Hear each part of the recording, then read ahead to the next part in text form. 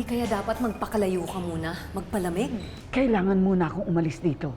Kailangan muna ako magpalamig at mag-isip kung ano ang dapat kong gawin. Paano kung umalis siya? Kahit saan siya magpunta, hahanapin natin siya. Tama si Nuray, Madam First Lady. Kailangan niya po pagbayaran lahat ng ginawa niya. Mahal ko, this time hindi makakatakas sa atin si Allegra. Anong balita, Sergeant? Negative po. Anong negative? Wala si Senator Allegra sa bahay nila. What? Ano pang ginagawa mo pag na-stress ka? Umiinom ako. Madam Prisilda, magandang gabi po. Magandang gabi po, Madam Prisilda. Wow, ang babait. Narinig yung iinom kami, no? Kaya nandito kayo. Uy! Timing! Well, the more the merrier. Eh, hindi ba eh. Kaibigan mo yan dati? Wala ka bang alam na pwede niyang pagtaguan? May isa silang building na hindi pa operational. Baka doon siya nagtago. Yes? Brisilda, you know what to do with these women. Dalhin mo sila sa aking opisina. Sige na, lakad na. Sige na.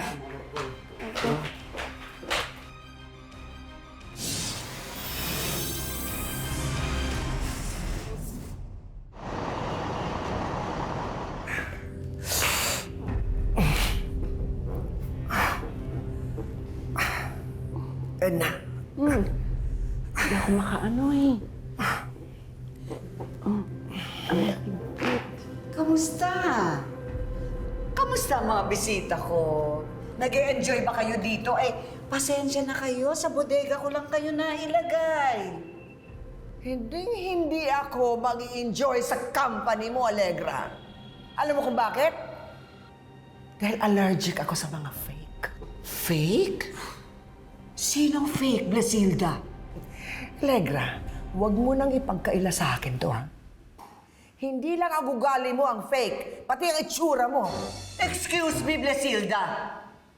Walang turok at operasyon ang mukha ko. Excuse me! Friend, best friend, huwag mong ganyanin si Allegra. Baka mamaya tuluyan tayo niyan eh. Buti ka pa. Nakakaintindi ka. Maganda naman talaga ang gawa mo. Hindi halata, mukhang natural. Che! Tumahimik ka! Ikaw talaga maldita ka eh, no? Ha? Pag ako nagalit sa'yo, itatapon kita dyan sa balcony ko!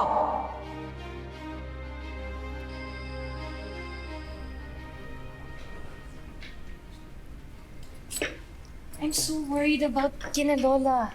Sana walang mangyaring masama sa kanila. I'm sorry, Nina. Hindi lang ako nalasing. Nasamahan ko sana sila. Kami din, Nina. Sorry. Eh ate, baka naman may pinuntahan lang sila. Baka may binili lang. Kasi kayong dalawa eh. Alam niyo na nga na mas malakas uminom si nanay. Sinabayan niyo pa. Kala mo? Nakikipagbiruan ako sa inyo? Ay! Hindi! Marco, akin ang bag ng babaeng ito.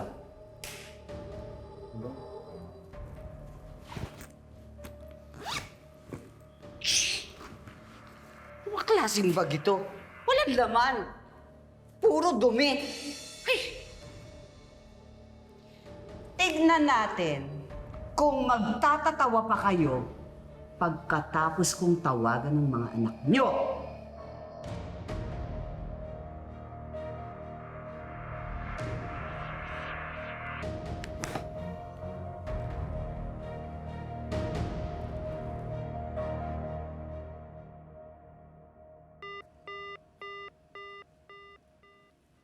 Wala kang load. Alam mo, ikaw ang chip-chip mo, ha? Eh, pasaload lang ako eh. Ganito na lang ha. Pakawalan mo ako, tapos hingi ako ng pasaload kay Melody.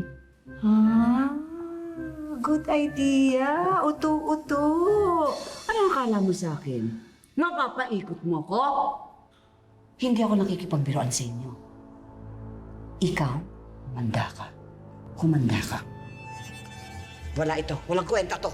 Yung bag nito. Yung bag nitong babaeng ito. Akin na yan. Isa pang walang laman ang bag nitong babaeng to. Okay.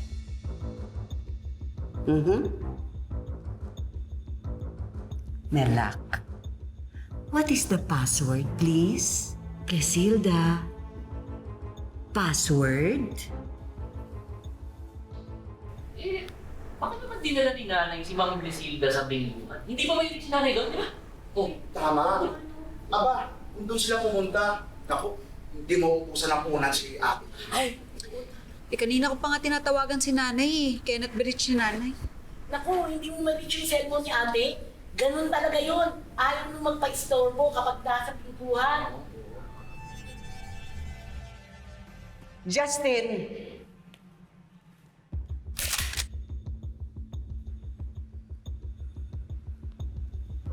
Password. 0496.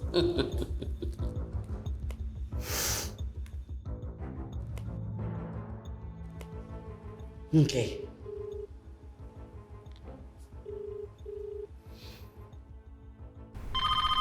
Sir, si Madam Isilda po tumatawag. Hello, Ma. Kamusta kayo? Nasaan kayo? Nagbingo nga ba kayo? Hello, PGA! Glenn! Hi, PGA. Hawak ko ang nanay mo at ang mother-in-law mo.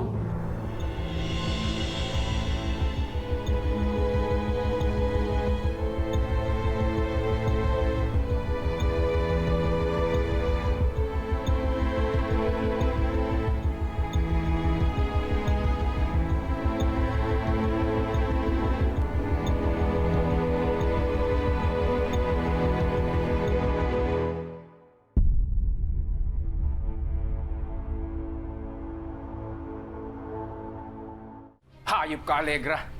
Pati nanay ko, kinidnap mo. Excuse me, hindi ko sila kinidnap.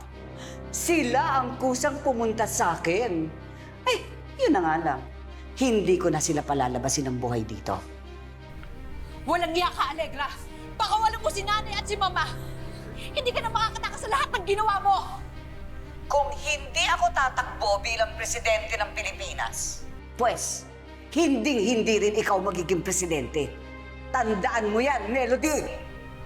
Ngayon, kung gusto mong mabuhay pa ang mga magulang ninyo, bumak out ka na. Mag-withdraw ka!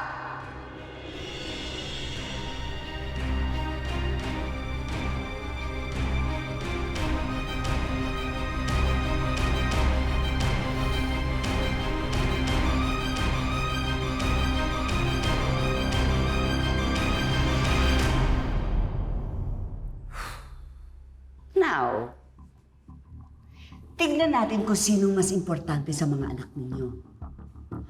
Ang pagiging presidente o ang magulang nila? Kayo o ang pagiging presidente ng Pilipinas? What a hard decision to make.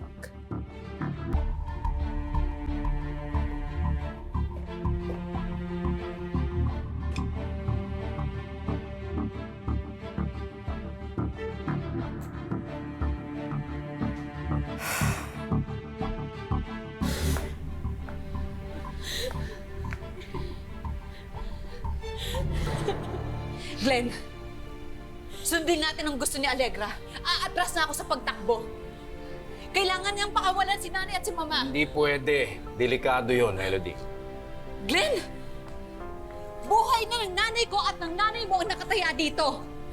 Wala na akong pakialam kahit na magalit sa akin ng partido. Wala rin Basta akong pakawalan niya pakialam. si nanay at si mama. Melody, wala akong pakialam kung anong sabihin ng partido. Hindi tayo nakakasiguro kung tuto pa rin niya yung sinasabi niya kahit na umatras ka.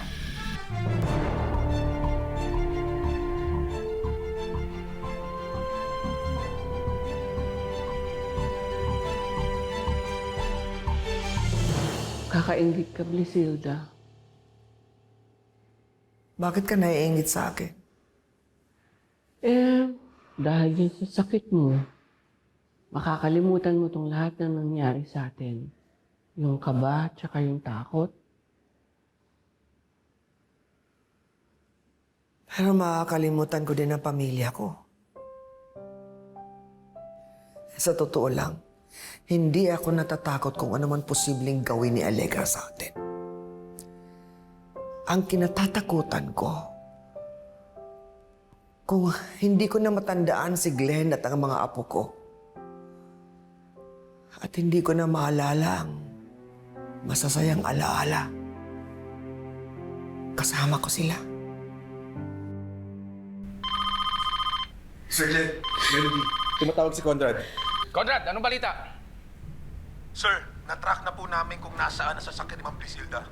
Papunta na po kami doon.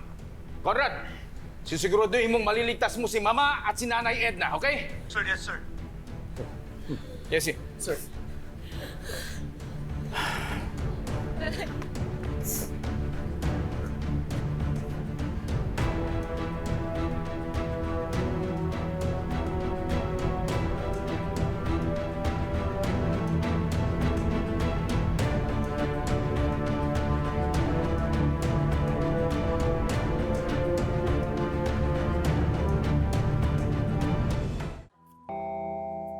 Pinakidnap mo si Blesilda at Edna? Of course not! Hindi ko sila pinakidnap. Sila ang mismong pumunta dito sa building ko. Yun nga lang. Hindi ko na nga lang sila pinauwi. Bilib talaga ako sa'yo, Allegra. Kaya nung paman, gusto ko na talaga mapalapit sa'yo. Tinatanaw lang kita noon nung naging first lady ka. Oh, Ambrosia. And now, sobrang hindi ako makapaniwala na naging close tayo. You're my idol, Allegra. Oh, Yes. Ambrosia, my friend, my love. Kaya lahat ng sinasabi mo, pinaniniwalaan ko. Lahat ng ginagawa mo ay tama para sa akin. Kaya hindi kita iiwanan. Lahat gagawin ko para sa'yo. Thank you, Ambrosia. Thank you for being so loyal. Salamat. Salamat sa lahat. Oo naman, Allegra. Kaya hindi ako papayag na pabagsakin ka ng Melody na yan. Hindi ako papayag na mausan ka nila. Ikaw lang ang dapat manalo. Sa'yo lang dapat ang trono sa palasyo. Thank you, Ambrosia. Salamat sa lahat ng loyalty and friendship mo sa akin. Thank you. Pero, lumakad na kayo. Sige na. Papahamak kayo dito. Ako ang bahala dito. Mag-iingat ka. Yes. Mag-iingat ka. Sige na, Marnie. Halika Please, na. umalis na kayo. Take care. Halika na. Sige, madam.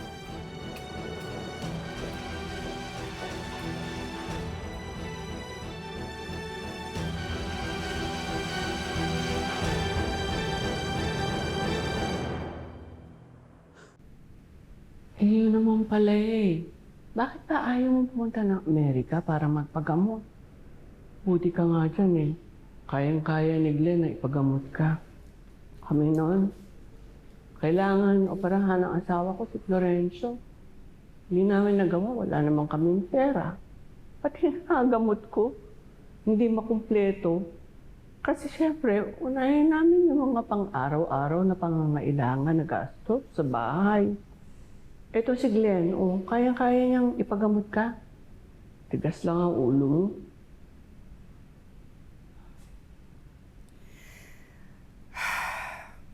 Siguro, dumating na talaga ang panahon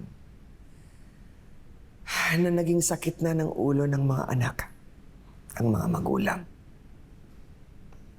Oo nga. Pero alam mo, ang swerte natin dahil alagang-alaga tayo ng mga anak natin. Ang pwede na lang siguro natin gawin para hindi sila mahirapan, huwag matigas ang ulo. Ano? Kailangan lumaban ka. Iintayin mo pa bang makalimutan mo si Glenn at yung mga apo mo bago ka magpagamot? Kayang-kaya mo yan. Gawin mo para kay Glenn at sa mga apo mo.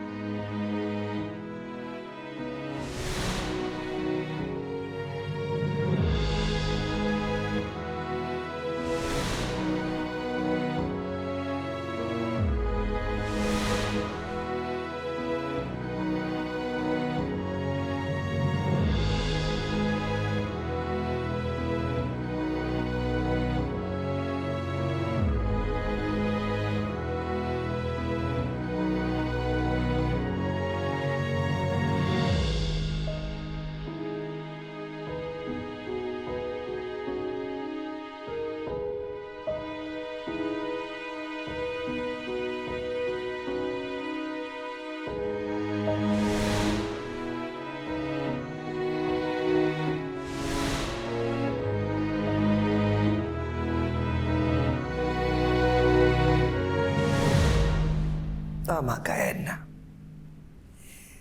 Hindi dapat ako sumuko. Alang-alang kay Glenn at sa mga apo ko. Kaya, payag na ako na magpagamot sa Amerika. Ayun! Naku! Matutuwa si Glenn yan na nag-iba na isip mo. Isa na lang ang problema natin eh. Ano yun? Eh, paano ka pupunta na Amerika? Nakatali tayo dito.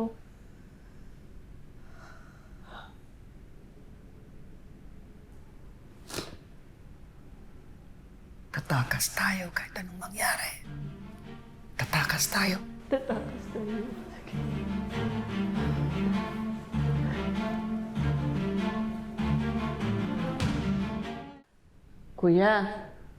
Kuya, baka naman pwedeng magbanyo. Nag-jingle na ako eh. Hindi pwede. Eh, paano yan? Ano, dito ako iihi? Sige na. Sige na, pagbigyan mo na siya. Eh, matanda na kami. Wala na kaming magagawa sa inyo. Oo. Sige na nga po. Basta, bilisan niyo lang po Oo. Bilisan mo lang at ako mapapagalitan nito. Oo. Huwag na huwag kayong tatakas Paano naman katatakas eh? May baril kayo?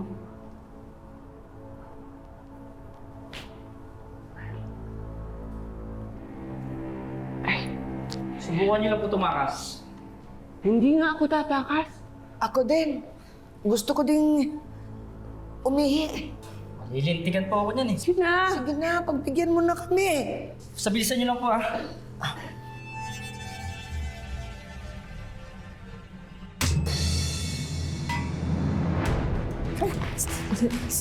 Oo. Ako yun pa. Oo. Ako pa doon. Takot sa tayo. Dali. Takot sa tayo.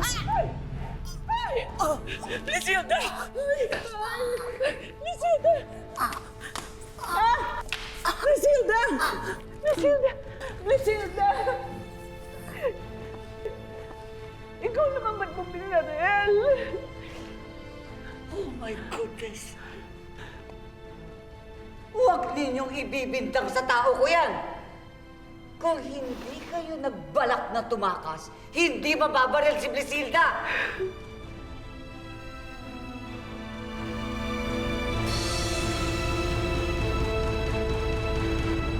Bang!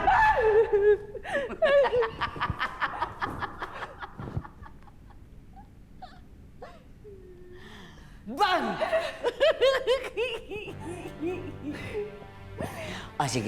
Sige. Ganito na lang. Huwag kang matakot. Ganito na lang.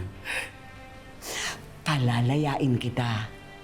Paaalisin kita para nang sa ganun, ikaw ang magsasabi ng magandang balita kila Glenn at Melody na patay na ang nanay nila. Okay? Bang!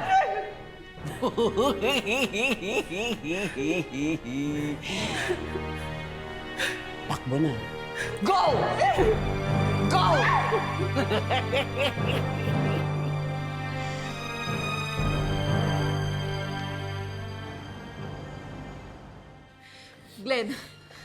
Glenn, wala ka pa rin bang balita kina Conrad? Wala pa, mahal ko. Pero nakakasiguro ako maliligtas sila ni Conrad.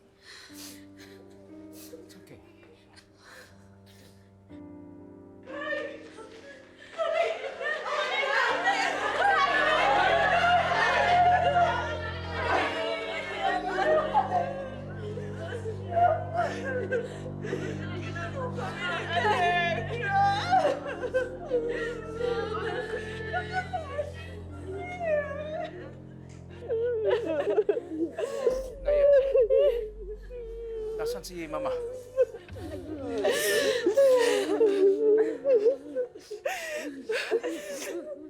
Glenn!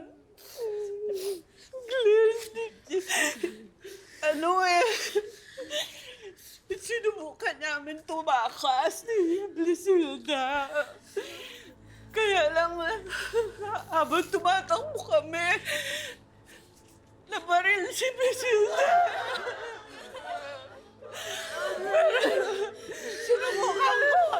Sinubukan ko siya iligtas, Glenn. Kaya lang naman ako pinakawalan ni Allegra kasi para daw ako ang personal na magsabi na patayin na si Brisilda. At saka, anak, pag hindi ka daw umatras, isusunod niya tayong lahat.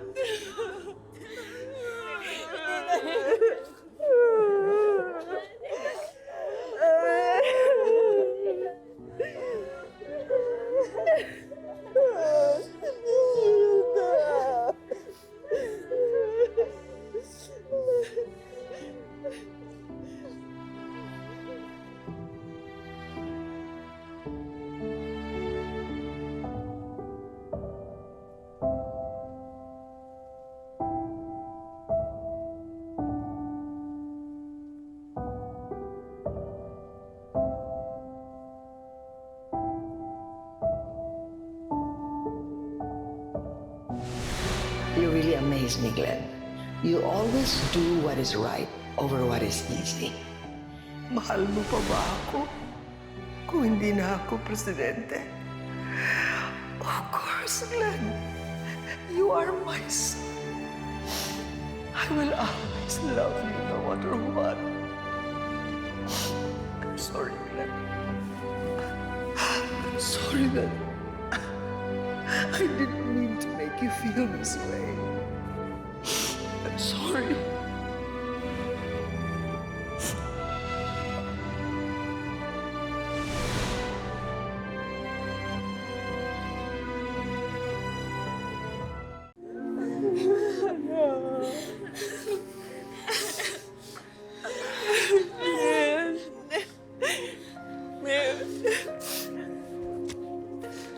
Bago wala si mama mo, may pinabibigay siyang sulat. Ako sulat! Ganyan ko, Glenn.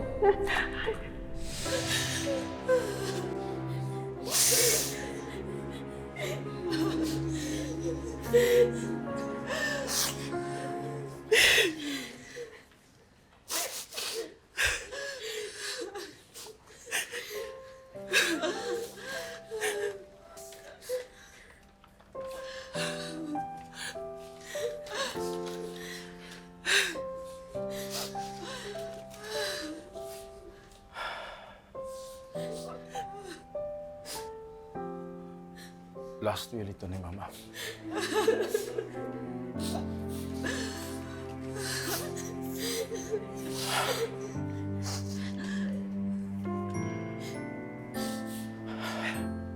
Sa oras na mawala ako,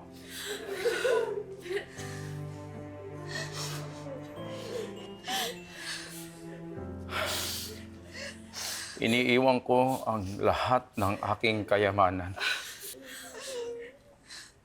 sa aking best friend na si Edna. Best friend? At bakit naman ipapamana ko ang kayamanan ko sa'yo? At bakit ikaw ang buhay? Ako namatay.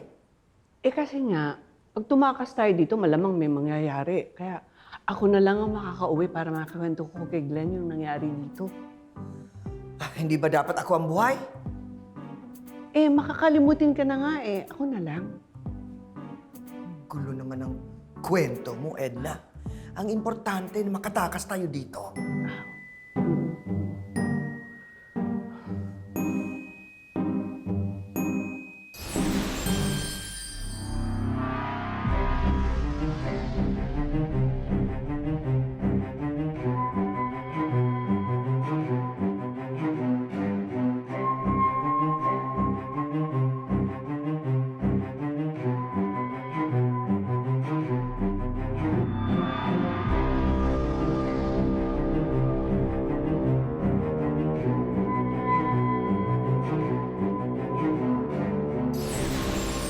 Alam mo, parang familiar ka. Talaga po ba?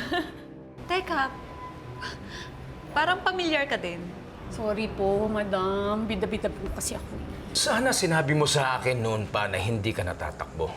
Para hindi umaasa ang mga tao na lalabang ka. Pride ang tawag dyan. Nako. Sana, huwag mo hayaang manaig sa puso mo yan. Ano ba, nakakasira ng relasyon yan. Sa tingin ko, magkagalit na naman si PJ tsaka yan si Melody. Alam mo, sana nag-sorry ka na lang. Baka nagkaayos pa tayo. Kaya nga pinapaliwanag ko para mas lalo mo akong maintindihan. Ewan ko sa'yo, Glenn. Bahala ka nga sa buhay mo. I want them to suffer, Ambrosia. Madam First Lady!